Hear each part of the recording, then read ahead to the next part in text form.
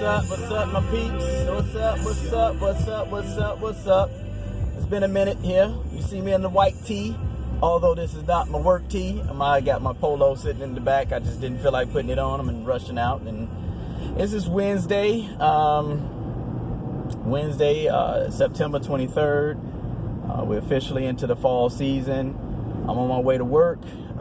Things are not all good right now. There's a bunch of things that's going on in my mind. The passing of my father, me still being in Florida, figuring out basically how I'm going to work this out. Am I going to do things that I shouldn't be doing financially or not? And, this is a really rough time. And, of course, this is the time I wanted to put something out there right now, because I just thought about something that really plagued me. I've been studying how things work when it comes to finances and coming out and not repeating the past. So I've had several conversations with family members and people about how we handle things since the passing of my father, which is a whole nother issue. I'll probably do a whole blog on that at some point when it's appropriate. But right now, I'm thinking about the reality of things that we have to overcome. We talk about we have to overcome people's, the naysayers, the people who are going to be negative against you. That is a bigger pill to swallow than we think. But I go as far as, not only do we have to overcome the naysayers, we have to overcome our own weird inhibition to negative backlash that will come regardless of what decision you make in any situation, in any circumstance. I'm not going to put myself in a position now that I know better that is going to compromise my family, which is basically my son now and my wife. I'm not going to compromise them, because if I do that, there are always going to be repercussions that I'm going to have to deal with later.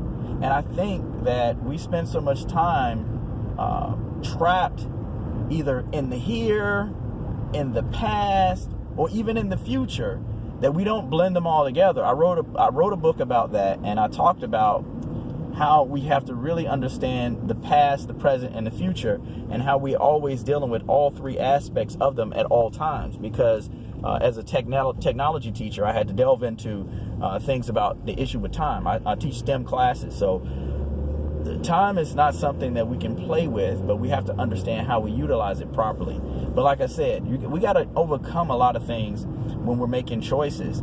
And disparaging remarks from people is just one thing, because we can hear it and we move on. But we got to overcome our inhibition to the negative. So we got to overcome what we feel about it. Because if we don't overcome what we feel about it, what they're saying doesn't really matter. What they're saying is fiery darts. I like the Bible calls those fiery darts. They really don't exist. They're part of some imaginary situation where people are trying to put you in that doesn't exist. I'm also one who says we should be allowed to grieve in the way that is best for us. It needs to be natural. It needs to be good for you. And that's what I'm going through, that type of grieving process. It doesn't mean that I'm going to walk around and cry all day. It doesn't mean that I won't cry. I mean, I'm a human being. I'm going to feel things. But remember, when I talk about love, I don't believe that love starts with the emotion. Love starts with the choice. So if love starts with the choice, all the things that we do tend to start with that choice. So if I'm dealing with a situation and about to make a choice, my choice is based on something that I have to calculate.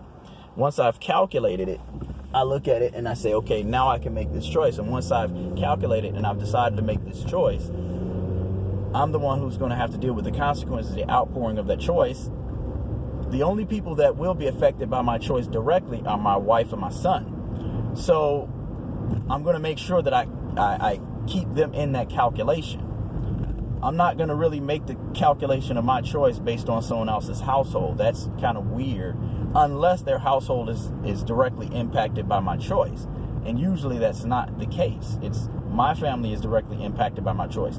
But that doesn't mean that other people are not going to have something that has to do with, like, if I'm in Florida and most of my family is in Chicago or some other state, yeah, my family is indirectly impacted.